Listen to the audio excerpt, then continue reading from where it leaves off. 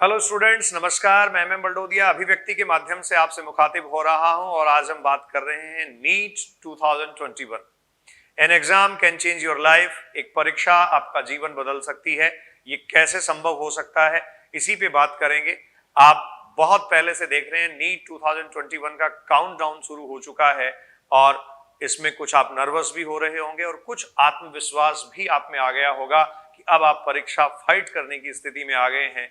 लेकिन परीक्षा को लेकर कुछ डाउट्स जो आपके हैं, कुछ असमंजस की स्थितियां आपकी जो हैं, आज इस वीडियो के माध्यम से मैं क्लियर करूंगा। एग्जाम हॉल में जाने से पहले हमें कौन सी सावधानियां रखनी चाहिए, वहां से लेकर मैं आपके सारे डाउट्स क्लियर करूंगा। ओएमआर सीट पर भी आप जब काम करेंगे तो कितने परफेक्शन के साथ आपको करना चाहिए, ये सब बातें आज मैं आपसे डिस्कस करने जा रहा हूं। एग्जाम हॉल से पहले स्टूडेंट्स, एग्जाम में जाने से पहले आपको किन बातों का ख्याल रखना चाहिए और ड्यूरिंग एग्जामिनेशन कौन सी बातें जो हैं वो विशिष्ट तौर पर आपको याद रखनी चाहिए, इन्हीं पे आज हम डिस्कस कर रहे हैं। तो आइए मेरे साथ जुड़िए। सबसे पहले हम बिफोर एग्जाम जो डिस्कशन है उसको ला रहे हैं। एग्जाम से पहले आप क्या क्या करें बिफोर एग्जाम। Positive attitude. देखिए, पॉजिटिव एटीट्यूड की बहुत ज्यादा जरूरत होती है। सकारात्मक रवैया आपका होना चाहिए। वो इसलिए क्योंकि आप अपने आप पर विश्वास रखें। आपने पूरे साल मेहनत की है, बहुत अच्छी आपने पढ़ाई की है, निश्चित तौर पर आपका परिणाम, आपका रिजल्ट अच्छा होने वाला है। मैंने लहू के कतरे मिट्टी में बोए हैं, खुशबू जहां भी है मेरी कर्जदार है। ए वक्त एक दिन होगा तेरा मेरा हिसाब, न जाने मेरी जीत कब से तुझ पर उधार है। पॉजिटिव एटीट्यूड, सकारात्मक सोच के साथ, सकारात्मक रवैये के साथ एग्जाम हॉल में जाएं। पॉजिटिव वाइब्स आप में होनी चाहिए। डेफिनेटली आप अच्छा कर पाएंगे। Stop over thinking. ज्यादा सोचना छोड़ दीजिए। बहुत सारे बच्चे इन दिनों में आकर ओवर थिंकिंग का शिकार हो जाते हैं। वो बहुत ज्यादा सोचने लग जाते हैं, कैसे होगा, कैसे करूंगा, कितना करूंगा, कितने मार्क्स आएंगे। आप तो जो आपका टास्क था वो अब करीब करीब फिनिश कर चुके हैं। तो बिना ज्यादा सोचे, बिना दिमाग लगाए, सिर्फ ये दिमाग लगा लीजिए कि एग्जाम हॉल में जाने के बाद जो डिफिकल्टीज मेरे सामने आएंगी उनको भी मैं बहुत अच्छे से प्लान करके सॉल्व कर लूंगा। Sound sleep before the exam. Student, sound sleep हमने यहां मेंशन जो किया है, एग्जाम हॉल में जाने से पहले, मतलब परीक्षा के ठीक एक दिन पहले गहरी और पर्याप्त नींद लेना आपको आवश्यक है। इसके लिए आप जो डाइट ले रहे हैं, जो खाना खा रहे हैं, जो खाने पीने की चीजें हैं, उनमें भी आपको सावधानी बरतने की जरूरत है। यहाँ बहुत ज्यादा बात हम इन सब चीजों पे नहीं करेंगे, लेकिन साउंड स्लीप अगर आपका है, परीक्षा के एक दिन पहले आपने भरपूर नींद ली है, तो निश्चित तौर पर आपका दिमाग ज्यादा सक्रिय, ज्यादा एक्टिव होगा और एग्जाम हॉल में आप ज्यादा अच्छा कर पाएंगे। उसके बाद देखिए, सबसे बड़ी जो परेशानी है, एडमिट कार्ड्स पे हम बात करेंगे। एडमिट कार्ड्स को लेकर स्टूडेंट्स की बड़ी दुविधा है। 4 पेज का एडमिट कार्ड यहां आपको दिया जा रहा है, तो उस एडमिट कार्ड में कौन सी स्पेसिफिक बातों का आपको ध्यान रखना चाहिए, जो आपकी परेशानियां हैं वो भी मैं सॉल्व करूंगा। और साथ में लास्ट में हम ड्रेस कोड की भी बात करेंगे और ड्यूरिंग एग्जाम क्या हो सकता है उसको भी हम डिस्कस करेंगे। तो एग्जाम में जाने से पहले से लेकर ड्यूरिंग एग्जाम और एग्जाम हॉल छोड़ने तक की पूरी जानकारियां आप मेरे साथ यहां साझा कर सकते हैं। स्टूडेंट्स, सबसे पहले एडमिट कार्ड और उसके डाउट्स हम ले रहे हैं। तो फर्स्ट पेज जो एडमिट कार्ड का आपको दिया गया है, उस फर्स्ट पेज पे आपको पर्सनल डिटेल्स दी जाती हैं। ये जो पर्सनल डिटेल्स हैं, इन पर्सनल डिटेल्स में आप क्या मेंशन करें, ये आपके देखने का मामला है।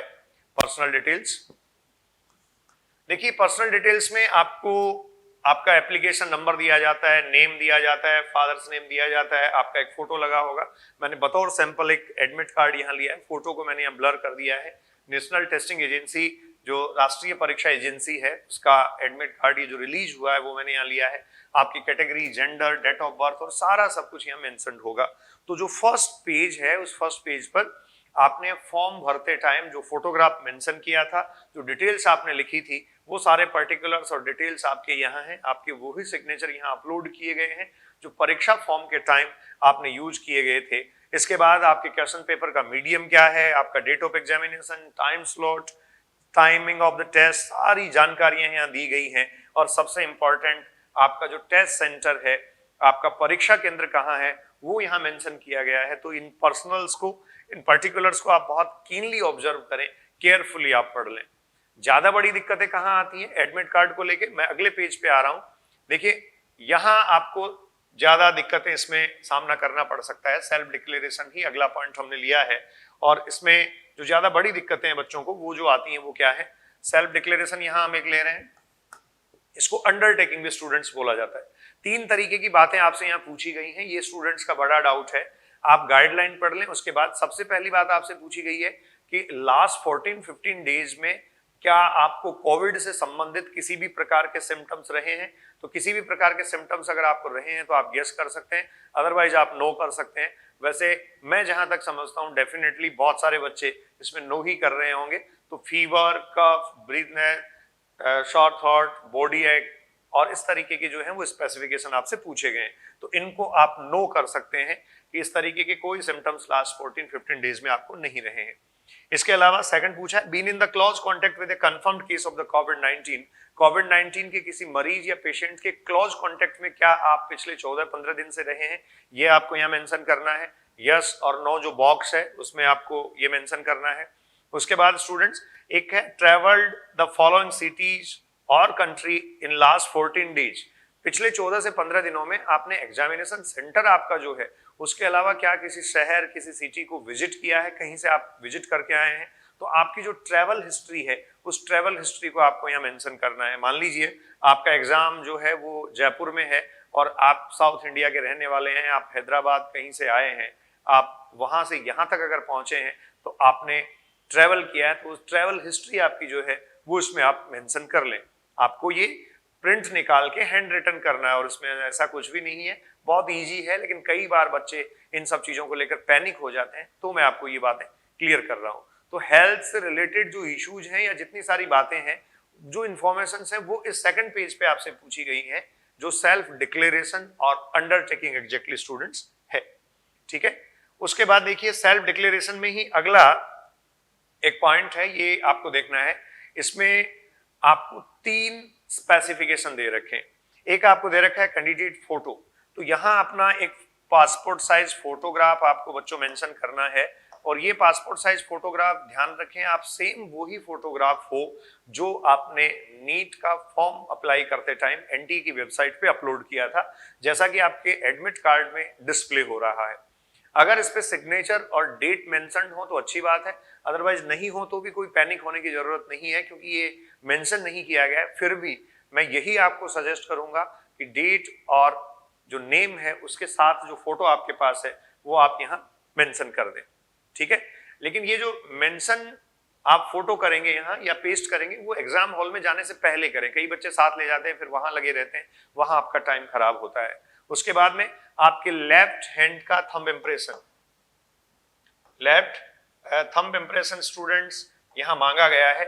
ध्यान रखें आप, लेफ्ट थंब इंप्रेशन जो है आपको सिर्फ और सिर्फ एग्जामिनर की प्रेजेंस में ही यहां मेंशन करना है। यहां अंगूठा जो लगाना है अपने बाएं हाथ का वो एग्जामिनर की उपस्थिति में, इन्विजिलेटर की प्रेजेंस में ही लगाना है, उससे पहले आप ऐसा नहीं करें। और इसके अलावा आपके पेरेंट सिग्नेचर स्टूडेंट्स यहाँ मांगे गए हैं, तो ये जो पेरेंट सिग्नेचर हैं ये before the day of exam, एक दिन पहले जब घर से आप निकलें तब आप जो है वो ये लगा लें। कैंडिडेट सिग्नेचर सिर्फ आप ध्यान रखें, जो कैंडिडेट सिग्नेचर है आपका अपना जो सिग्नेचर है वो आप इन्विजिलेटर की प्रेजेंस में करेंगे, अपने पेरेंट का सिग्नेचर आप पहले करवा के ले जाएंगे। ठीक है, तो आपको 2 काम जो है वो ड्यूरिंग एग्जामिनेशन करना है, इन्विजिलेटर की प्रेजेंस में करने हैं, और वो है एक आपका लेफ्ट थंब इंप्रेशन और दूसरा जो है वो आपका अपना सिग्नेचर। इसके बाद देखिए नेक्स्ट आपका जो सेल्फ डिक्लेरेशन का रेफरेंस है उसमें स्टूडेंट्स एक बड़ा सा 4x6 का एक स्पेस आपको दिया गया है, 4x6 इंचेज। ठीक है, ये जो 4x6 इंचेज है इसमें आपको अपना post card size photograph mention करना है। आपको करना है आपका पोस्ट कार्ड फोटोग्राफ। जो फोटोग्राफ ध्यान रखें, आपने जब एग्जाम फॉर्म भरा था उस टाइम जो फोटोग्राफ आपने लिया था वो एक कलर फोटोग्राफ आपको यहाँ मेंशन करना है। सेंटर में पहुंचने से पहले आप यहाँ उसको पेस्ट कर लें, और ये जो है उसको क्रॉस आपको सिग्नेचर करना है। ठीक है ना, बहुत क्लियरली लिखा है, the candidate and the invigilator to sign across the photograph as indicated in the instruction below. तो आपको यहाँ सिग्नेचर जो है वो क्रॉस सिग्नेचर करना है। जैसे मेरा सिग्नेचर अगर मैं करूं, मेरा फोटोग्राफ यहाँ लगा हुआ हो तो इस तरीके से मैं इसमें सिग्नेचर कर दूंगा। ठीक है, क्रॉस सिग्नेचर फोटोग्राफ पे आ जाए और कुछ जो है वो इस स्पेस पे आ जाए। कई बच्चों को यहाँ एक विशेष दिक्कत हो रही है कि जो फोटोग्राफ का साइज आपको दिया गया, जो प्रिंट आप ले रहे हैं तो उसमें वो फिट नहीं आ रहा है। देखिए आप पीडीएफ फॉर्मेट का प्रिंट ले रहे हैं तो ऐसा ही होगा। तो पीडीएफ फॉर्मेट का प्रिंट नहीं लेके आप अपने कंप्यूटर स्क्रीन या जो आपका लैपटॉप स्क्रीन है या जहां कहीं भी किसी सेंटर से आप ये ले रहे हैं वहां से फिट टू स्क्रीन करके वहां प्रिंट ले लें, तो ये आपकी जो परेशानी है वो स्टूडेंट्स खत्म हो सकती है। यहाँ आपका candidate name, date of examination, timing, ये सब जो है वो डिटेल यहाँ मेंशन कर रखी है, आपको स्टूडेंट्स दे रखी है। इसके बाद बच्चों अगला जो है वो एडमिट कार्ड से रिलेटेड जो डाउट्स हैं उसमें लास्ट पॉइंट पे मैं आ रहा हूं। स्टूडेंट्स अब एडमिट कार्ड से रिलेटेड कुछ जो इंस्ट्रक्शंस हैं, इन इंस्ट्रक्शंस पे हम आ रहे हैं। तो देखिए एडमिट कार्ड से रिलेटेड जो इंस्ट्रक्शंस थे वो सारे हमने पहले क्लियर कर लिए। एक एक बात मैंने आपको बताई कि किस तरीके से एडमिट कार्ड के जो 4 पेजेज हैं उनमें जो आपको इंस्ट्रक्शंस दे रखे हैं उन इंस्ट्रक्शंस को फॉलो करते हुए आप एग्जाम हॉल में पहुंचे। तो यहाँ देखिए पर्सनल वाटर बॉटल आप ले जा सकते हैं अपने साथ, लेकिन इसमें एक बात ध्यान रखनी है, ट्रांसपेरेंट ये हो, कलरफुल और वंडरफुल बॉटल्स जो आप कैरी करते हैं क्लासरूम्स में कई बार लेके आते हैं वो वहां लेके आपको नहीं जाना है। ओरिजिनल आईडी आपका हो, ये बात आपको जरूर ध्यान रखनी है। ओरिजिनल आईडी जिसमें आपका होम एड्रेस होता है, बेसिकली आईडी में आप वोटर आईडी इस्तेमाल कर सकते हैं, अपना ड्राइविंग लाइसेंस इस्तेमाल कर सकते हैं, पैन कार्ड आप इस्तेमाल कर सकते हैं, और किसी तरीके का जैसे सेकेंडरी सीनियर सेकेंडरी का आपका अगर परमिशन लेटर है तो वो भी आईडी काउंट होता है। तो इस तरीके की आईडी जो है वो आप वहां इस्तेमाल कर सकते हैं। हैंड सैनिटाइजर एक छोटी बोतल आप साथ ले जा सकते हैं। उसके बाद स्टूडेंट्स पासपोर्ट साइज फोटो आपको ले जानी है। पासपोर्ट साइज फोटो भी वही होना चाहिए जो पहले आप यूज कर चुके हैं। तो आप एक बात ध्यान रखें, यहाँ जो पासपोर्ट साइज फोटो आप यूज कर रहे हैं या ले जा रहे हैं, ये भी मैं आपको सजेस्ट करूंगा कि कम से कम 2-3 फोटोग्राफ, 3 फोटोग्राफ्स आप अपने साथ कैरी करें। और वो फोटोग्राफ्स आप कैरी करेंगे तो उससे एक बेनिफिट आपको ये होगा कि कहीं अगर जरूरत है या कुछ खराब हो जाता है तो आप उसको इजीली हैंडल कर सकते हैं, पैनिक एग्जाम में बिल्कुल नहीं हो। फिर उसके बाद में पेन पेंसिल की जहां तक बात की जाती है, कोई पेन पेंसिल आपको कैरी नहीं करना है, ये पूरी तरीके से एग्जाम हॉल में आपको दिया जाएगा। पेन पेंसिल आपको वहीं मिलेगा, तो अपने साथ नहीं लेके जाएं। फेस मास्क एक मैंने यहाँ मेंशन किया है, और ये स्क्रीनशॉट है आपके एडमिट कार्ड का जिसमें इंस्ट्रक्शंस लिखे हैं। बहुत डिटेल में बहुत सारी बातें लिखी हैं, लेकिन जो मेन बातें हैं, जो काम की बातें हैं, वो मैंने यहाँ बता दी हैं आपको। फेस मास्क आप पहन के जाएं। एग्जाम सेंटर पर जाते ही आपको नया N95 मास्क अवेलेबल करवा दिया जाएगा, तो अपना वो मास्क उतार दें और आप वो दूसरा मास्क, अपना फेस मास्क अपने चेहरे पे लगा लें, तो फेस मास्क वहां आपको एग्जैक्टली मिलेगा। तो ये बेसिक कुछ इंस्ट्रक्शंस हैं। तो स्टूडेंट्स एडमिट कार्ड से रिलेटेड इंस्ट्रक्शंस को मैं समराइज कर रहा हूं, आप गौर से सुने। सबसे पहली बात, आपको जो 4 पेज है एडमिट कार्ड के, all 4 pages you should carry.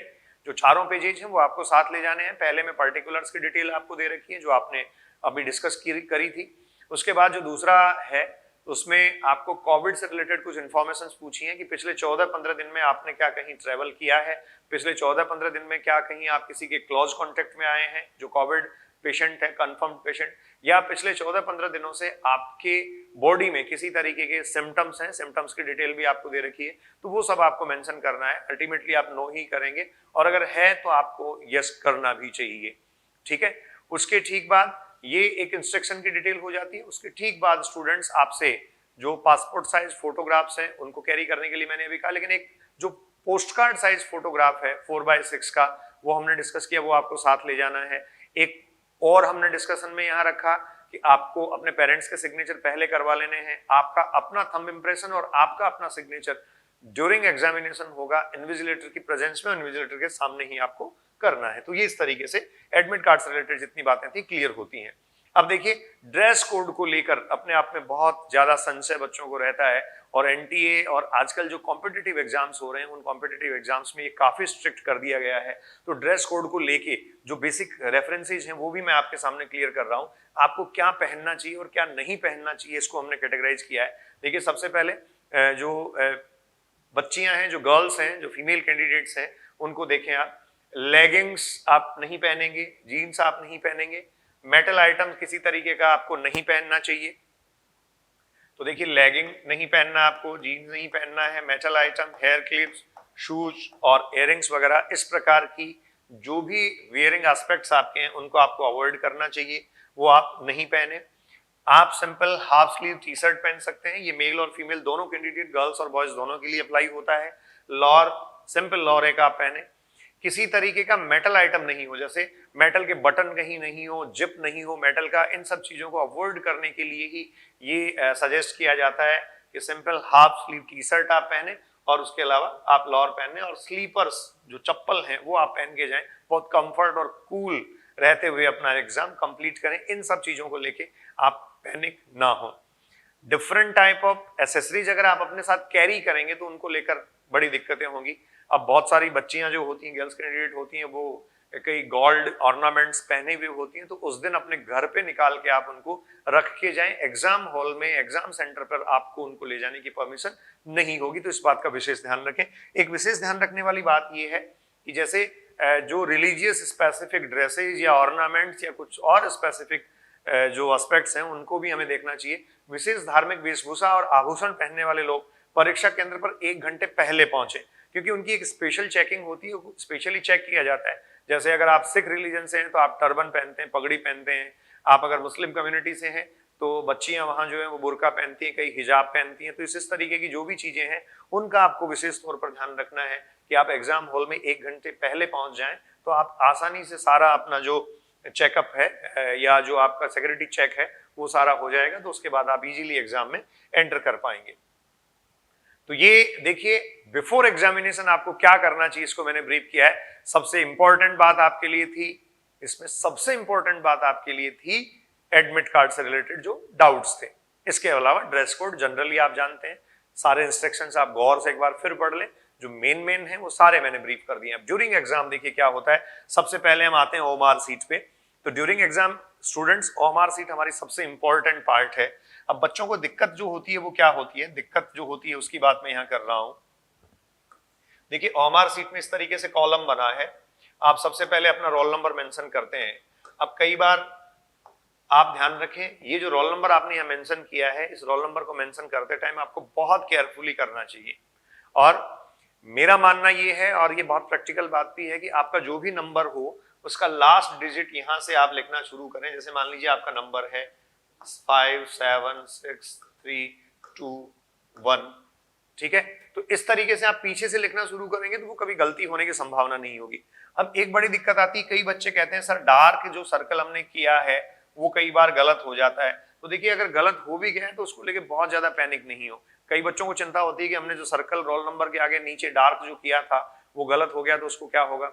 जब भी ये ओएमआर सीट चेक होती है तो ये जो नंबर आपका है वो परफेक्ट होना चाहिए। इसके साथ जो सर्कल डार्क किए हुए होते हैं वो मैच किए जाते हैं। अगर कहीं इनमें मिसमैच है तो वो डिटेक्ट कर लिया जाता है और इसको परफेक्टली कंसीडर किया जाता है। तो किसी तरीके की पैनिक सिचुएशन में आप नहीं आए।